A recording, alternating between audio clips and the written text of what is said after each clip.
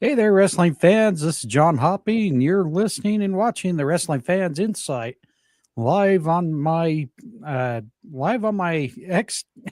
Sorry, little stutter there. We're live on both my X accounts at the WFI Pod, also at FOPW Network, and as well as our YouTube channel. You can find us there at Wrestling Fans Insight. Remember, it's like inciting violence, INCITE. And with me this week, my brother William. How are you, my friend? Well, can't really complain after an onslaught of illnesses back to back, but Yeah, well, we also had a little extra hiatus last week. We both went to the hockey game, which was bit of fun. I, I, I do have to say I apologize because they didn't know we had a little problem with that was sitting right next to you there. But outside of that, how'd you like the hockey game overall? it was fun. It's louder than I expected it to be, but Yeah, a little bit of a difference compared to the other hockey game we went to together. yeah. I mean, this is definitely a lot more energy, and I think Utah was apparently the way we've been going to these last 2 years, with last year being the inaugural season for Utah having an NHL team. Yeah, I mean, this is a whole different culture, a lot more rowdiness. And man, the fans really, really get into this. And it's Just just remember, amazing. It's really just amazing to see how much that Delta Center fills up compared to what we've seen, from the lower teams, but also compared to the Jazz games. yeah, yeah, just remember, ladies and gentlemen, always brush your teeth. Wear deodorant too. That would be pleasant. Anyways, nice little PSA from William there. But anyhow, now that we're kind of getting into what we had fun with last week, we got a little bit to catch up on. We got a bunch of stuff coming up these next few weeks. Next week, we have NXT Stand and Deliver. The following week, we will actually have AEW Dynasty. And then the weeks after that will be WrestleMania. So we got 3 straight weekends of great wrestling coming to us.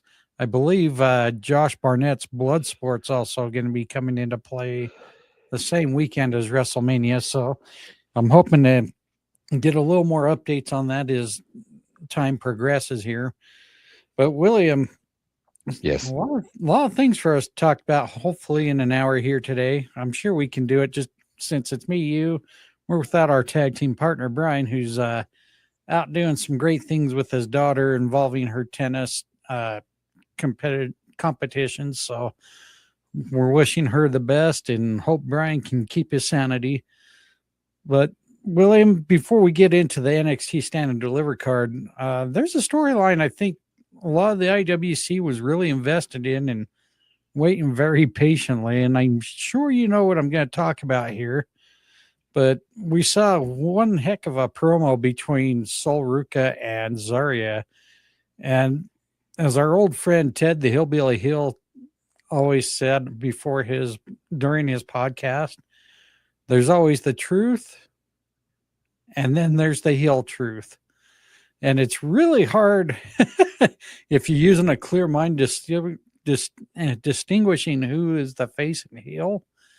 But I think almost most of the NXT audience made their mind up on Tuesdays. You could hear the difference between the boos and cheers. But Zaria and Sol Ruca, who definitely finally gone their separate ways, I think we all pretty much have this feeling Sol Ruca is moving up and it's time for Zaria to be on her own.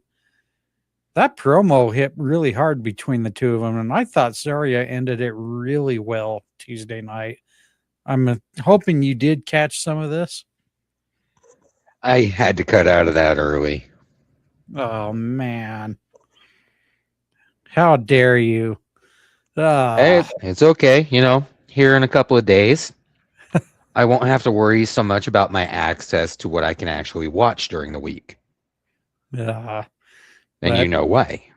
yeah, But anyways, no, it was really telling. Sol Ruca had that feel to where she was always watching out for Zaria's best interest, always having that trust in her being her best friend, and always needing to be by her side. But we also have Zaria say, well, okay, ever since you kicked me off that ladder for the North American Women's Championship, it just, she doesn't realize what that did to her mentality and always having to stand by her. When was Zaria going to get her moment? And so there was a lot of strong back and forth going on this promo. But the one thing that Zaria ended that with was, you're not, you were totally wrong. You're not the villain in my story. You're the mistake. And that is something that's really, in a way, heartfelt and very strong emotion coming from Zaria, who, yeah, we haven't seen her rise by herself yet. And I think this is the time for it to happen. What do you think? Well, I think that they've got this timed really well, actually. I do agree with you about that. I think a lot of the things that NXT are doing right now are timed well when it comes to the differences between Sol Ruca and Zaria. I can tell you that I am a huge fan of Sol Ruca, but I'm also a fan of Zaria. Just, it's a little bit over for me for Sol Ruca to move on, get to that main roster after WrestleMania, and hopefully them not drop the ball on getting her vested into a storyline. Zaria, the only drawback for me is just, that that personal shtick, the character. It's just a little cheesy for me, but this will maybe give her the opportunity she needs.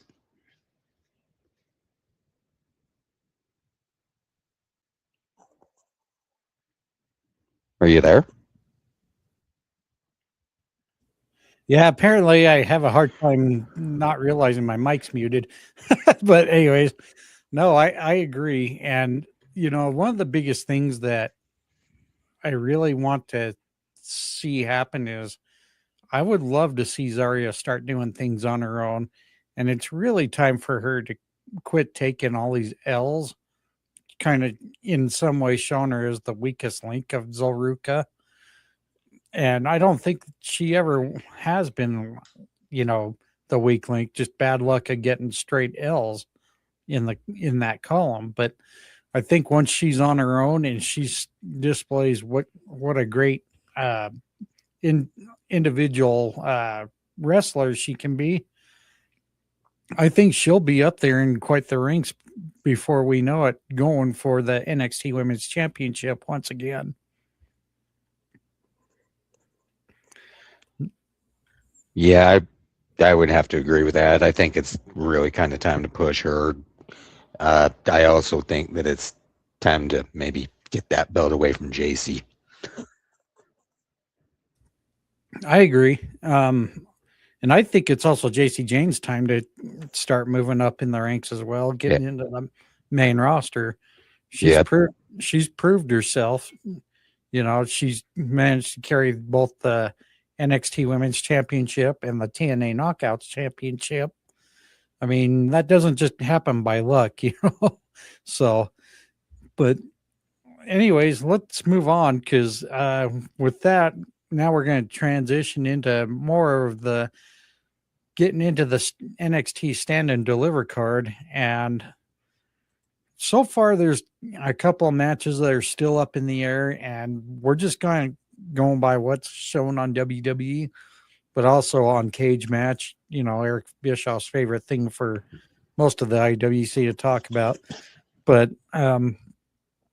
this is kind of a projected match coming up for the NXT Tag Team Championship. The new tag team champions, the Vanity Project, will probably be making a title defense, but we don't know who the challengers are. With that in mind, William, You being the NXT enthusiast of most of us here at the Fans of Pro Wrestling, who would you like to see step up and challenge for those championships? I think at this point, I'd rather actually see OTM. And I agree. I think OTM has been shunned quite a bit on the NXT brand. I mean, these guys are big buggers. I mean, they should be a very dominant force, much like, when we had the AOP. I can't remember. Was it the Authors of Pain? Is what they I went by? I think that's what it was. Yeah. Yeah, the Authors of Pain. I mean, that was a two big guys that come in and just dominated the scene. But we also had tag teams, in the past, much like, the Brothers of Destruction, Kane and the Undertaker. Those two guys, you you kind of wondered how they ever lost any World Tag Team Championships based on how well they wrestled, during the Attitude Era. And so, yeah, I think OTM would be a good one. But would you possibly think Dark State might find their way back in there too? So if I were to feature them, I would feature them actually just trying to interfere with a match. I'd much rather see OTM. What I don't want to see is any main roster people come down and take that spot. And speaking of main roster, I had this as the next one after this one, but let's go ahead and bring it up. Speaking of main roster for the NXT North American Championship, Miles Bourne, the new North American champion, is going to be defending against three-time NXT North American champion Johnny Gargano. This one, I scratched my head, especially when we just watched that Eliminator Gauntlet this past Tuesday. This kind of tells me, did we not have any confidence in our current roster to have someone challenge Miles Bourne? Because to me, I would have put, Charlie Dempsey in there, being the former stablemates, but no, they went and brought Johnny Gargano back. So, what's your thoughts on this? Mine pretty much match yours. I'm just going to state it in a much nicer way. I think about the only thing you really gain out of this is how well Gargano's able to work with the talent that hasn't been around quite as long as him. But yeah. I don't see this match being necessary. Not with Gargano. Well, and I think NXT's got the right amount of talent to step up to the plate. I just don't understand. Like you mentioned, to me, I don't want to keep seeing main roster keep coming back to NXT to challenge for championships, because you're kind of defeating the purpose of having a developmental prove themselves so that they can go up to those main levels, like on Raw and SmackDown. And this is kind of the point where I'd want to see a Josh Briggs in that slot. Right. And I have a feeling, we're going to end up seeing Josh Briggs play a bigger role, because we just found out he's also going to be a special guest referee between, God, what the hell's their names? I can't believe I'm forgetting all these names lately, and it's scary because I've been watching it. He's getting involved in a match with the two most recent LFG guys, I believe. So it'll come back to me here in a minute. Oh, Shiloh Hill and the other? No. It's the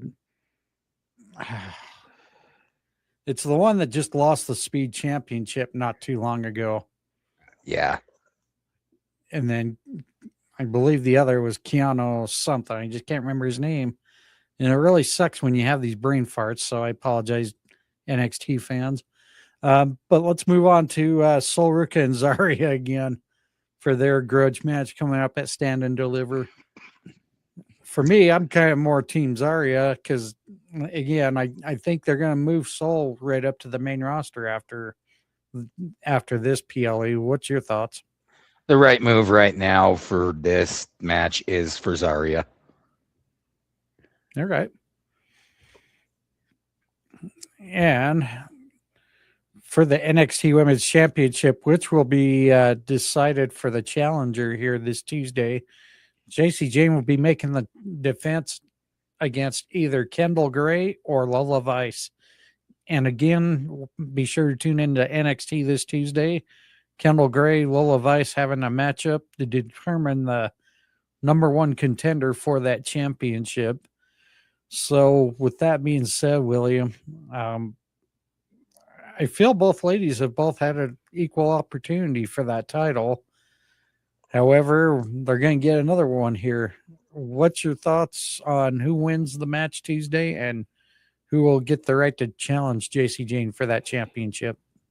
If I had to pick one, I'd pick Ova Vice just because she's so hot right now. Kendall Gray's already done some championships for Ova. Hasn't quite exactly been on the good receiving end of that. But I could also see this going three-way. So like a triple threat? Yep. And I kind of was wondering if that's maybe where this could head. I just feel they've just recently done a triple threat for that championship already with Sol Ruca and Zaria that I don't know if having another triple threat would make sense right now. But if I was to pick one in particular, I think I would go with Kendall Gray since she recently just vacated the WWE Evolve Women's Championship. So, and going on to the main event, the NXT Fatal 4-Way Championship match. Joe Hendry will be defending against Ricky Saints, Ethan Page, and Tony D'Angelo. This is quite a stacked match here, especially with Tony D'Angelo just getting the receiving end of payback from Joe Hendry after Tony D's match with Ricky Saints on the main event on NXT this past week. But Joe Hendry's also had some shenanigans with Ricky Saints and Ethan Page where he came in, made the save while they were attacking Tony D, but he also got retribution on Tony D, like I mentioned earlier. So there's a lot of things going on here. I think Joe Hendry will end up retaining this championship. What's your thoughts? I'm figuring the same thing because I see Ricky Saints and Ethan Page continuing to work together on their little back and forth. And I see it being kind of a close finish with Tony D. But it ultimately going to Hendry, and then they continue that. So while we got some time to still talk about this little subject here, what are your thoughts if they crown Tony D as the new NXT championship and some way, somehow Joe Hendry moves on to the main roster? I wouldn't have too much of a problem with it just because Hendry's got a long history behind him. I mean, he's a recognizable name. People know about him. Tony D, I think they should be pushing kind of strong for a little while, kind of like they did with Braun Breaker. And if that is the case, what becomes of Joe Hendry and Ricky Saints? Or, sorry, not Joe Hendry, but Ricky Saints and Ethan Page. I'm not really sure what to do with that besides just try to find a way to work them up because neither one of them are lackeys when it comes to doing what they do. Neither one of them are new to it. Okay. So I would probably stick them towards SmackDown for a main roster within the next half a year. All right. Again, so NXT Stand and Deliver will be coming up this Saturday, April 4th on YouTube in the United States, or if you're outside the U.S., you should be able to watch it through Netflix. Be sure to tune in. Maybe make sure you check for the times that it does plan to air. That way you can't blame us for giving you the wrong info. We haven't done that before, have we? But anyways, William, this Yes. is kind of a different subject to talk about for us. So, in the past, we've had WWE's Total Divas. We've had, uh, WWE Unrivaled. We've also had Tough Enough. You see the common themes with what I'm bringing up here, right? To a degree. So, last week we all found out in the IWC, Tama Tonga was fined by the WWE for posting rehearsals online. Now, this actually makes me laugh because we see all this shit. Pardon my language. We see all this shit on TV anymore that shows a lot of the behind the scenes stuff going on outside outside the wrestling ring and the shows and whatnot. But here we got Tama Tonga getting fined for posting a rehearsal online. To me, this kind of seems a little silly. I mean, to some degree, I get it if it was something that was. I get it if he didn't get fined after the past, after it's already happened. But where he accidentally posted it online, it's almost like, okay, this really shouldn't be too much of a shock. Do you think the fine was really, in a way, I guess you can say, appropriate to give to him? Well, I understand that whole entire situation and what the concerns could possibly be. Like, if he was using it to monetize, then yeah, I would think that it would be worthy. But in this particular circumstance, if he's not monetizing, I don't see a problem with it. And again, I just find it weird because we have all these different shows now that are available. Like I said, you got Total Divas, Unrivaled. Um, Gosh, I know we had some others. I can't remember right off the top of my head. But every once in a while, you'll see a special through the WWE channels too, like YouTube or whatever. And I just find it odd that we already see all the stuff that are behind the scenes. And if you recall an episode we done a couple months back where, it's kind of insulting to wrestling fans when you make them sound like they have very short-term memory.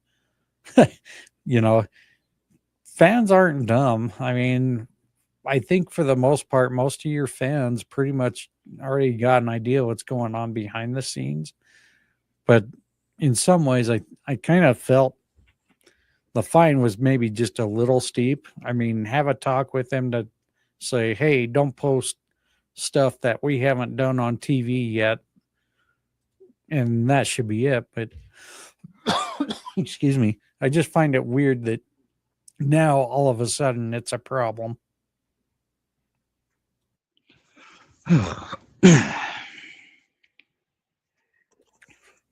Well then, Oh, sorry. I thought you were going to add some more to it.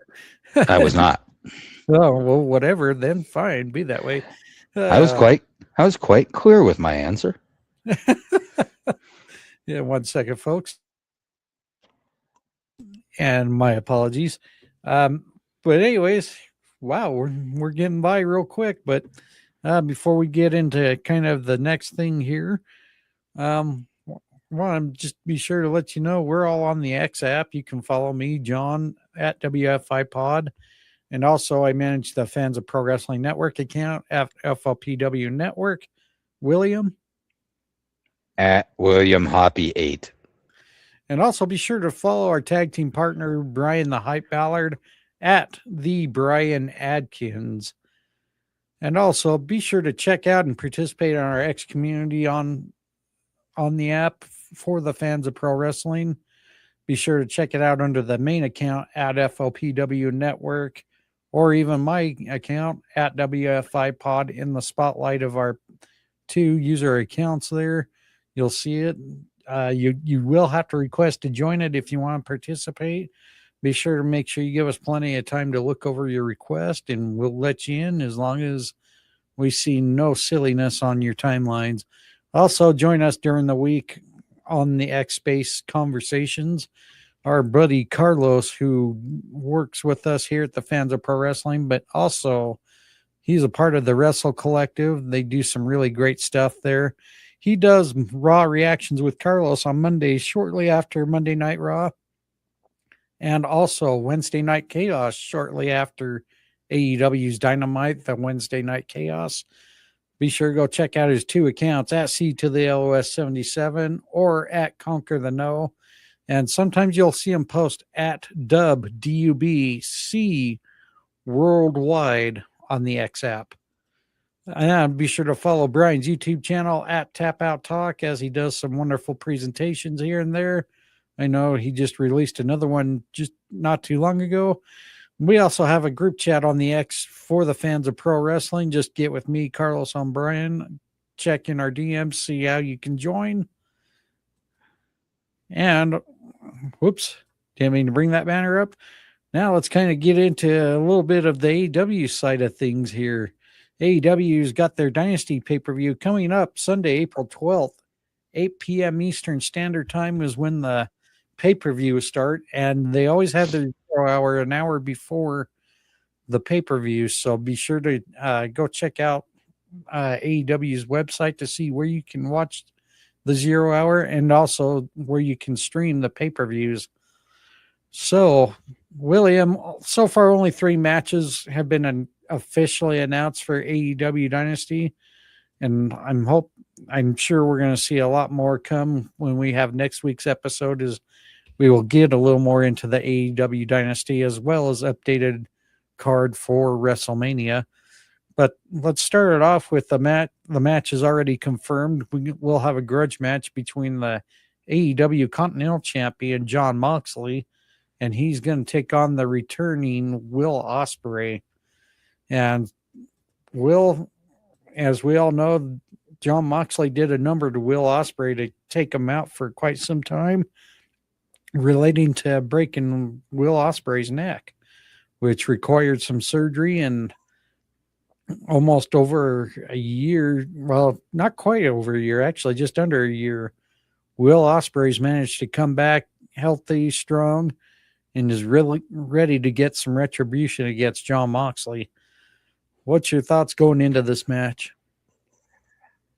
I think these guys are working with gold right now, having Ospreay back and going up against, Death Riders, mainly Jon Moxley. But there are a lot of opportunities that they can take to really push this. And so I'm just looking forward to seeing what they come up with. Yeah, and I think Will Ospreay is going to get that retribution right back from Jon Moxley. I think he will come get the win, and hopefully maybe it'll turn into a match for the Continental Championship.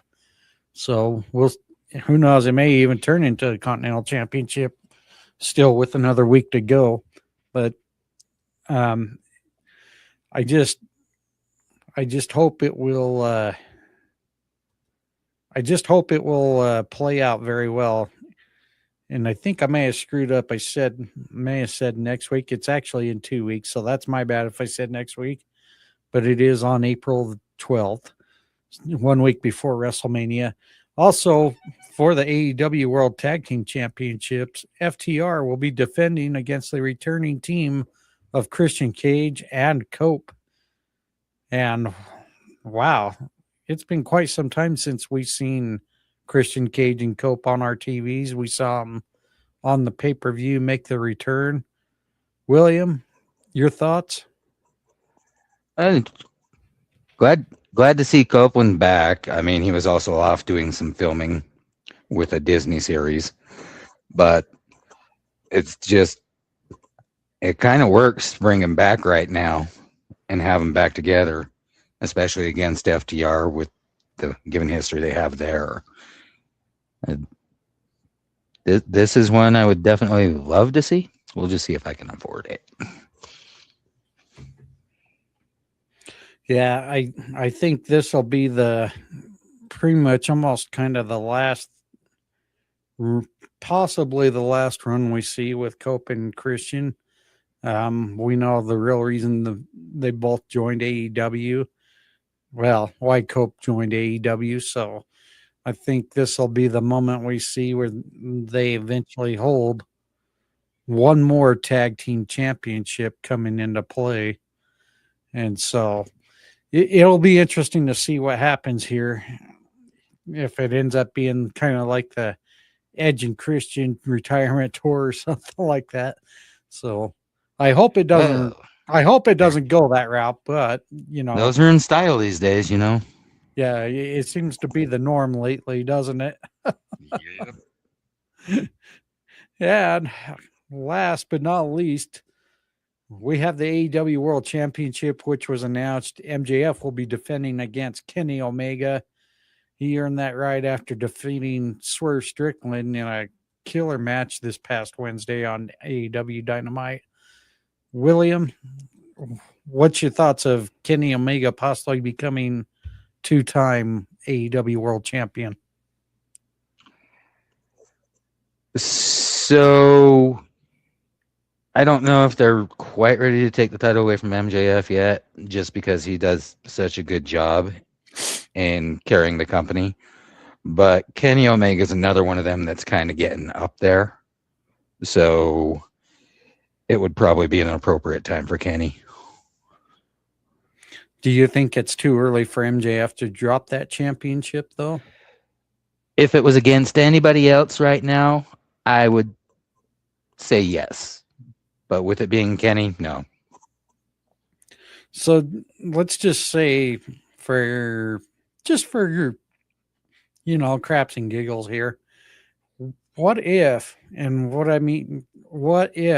MJF retains? What could the possibility be seeing Swerve be the next challenger for that championship? Is that a match you could possibly see happen here on an AEW pay-per-view? Swerve taking on MJF? I'd watch it. See the most dangerous man in AEW take on AEW's biggest devil there? Yeah, those two are guys that I can't ever really just say no to watching. Just they perform so well.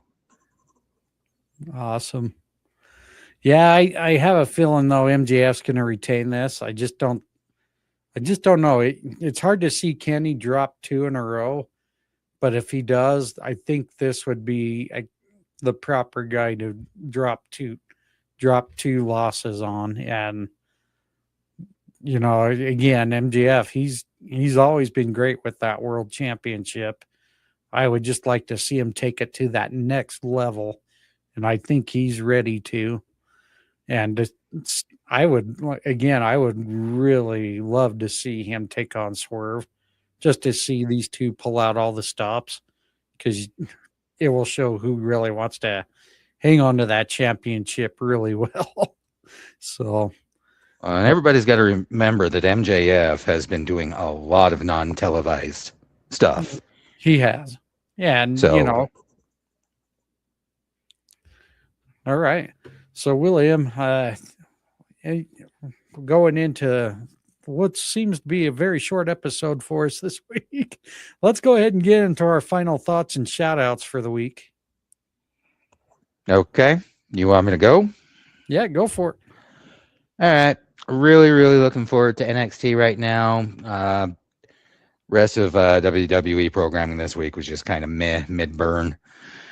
Definitely looking forward to AEW's stuff. Dynasty seems like they're doing a proper job of just kind of holding back the curtain right now. Sometimes that's exactly what you need to sell it. All right. Do you have any shout outs to give, or Just towards the fans, as always. so we got a lot of stuff going on these pretty much these next 3-4 weeks here, folks. Again, Will mentioned, keep your eye on NXT. Be sure to tune into the CW this Tuesday, as we're going to see some updates that will eventually finalize the card there for NXT Stand and Deliver next week, April 4th. Again, you can catch it on YouTube if you're in the U.S. and on Netflix if you're international or outside the U.S. Also, we got AEW Dynasty coming up on April the 12th.